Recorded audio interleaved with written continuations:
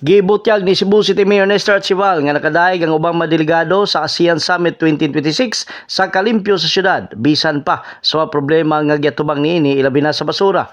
Matur ni Archival nga ang kalimpyo sa dakbayan dili lamang tungod sa paningkamot sa kagamhanan kundi sa kooperasyon sa mga lumulupyo.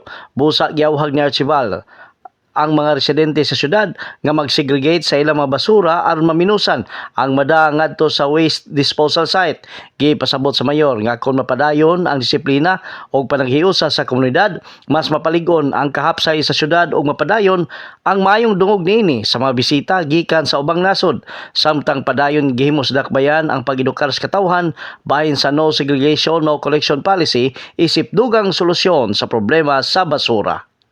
In the heart of changing lives, kini si Brigada Joel Gonzales Asido sa 90.7, Brigada News FM Cebu, the Music and News Authority.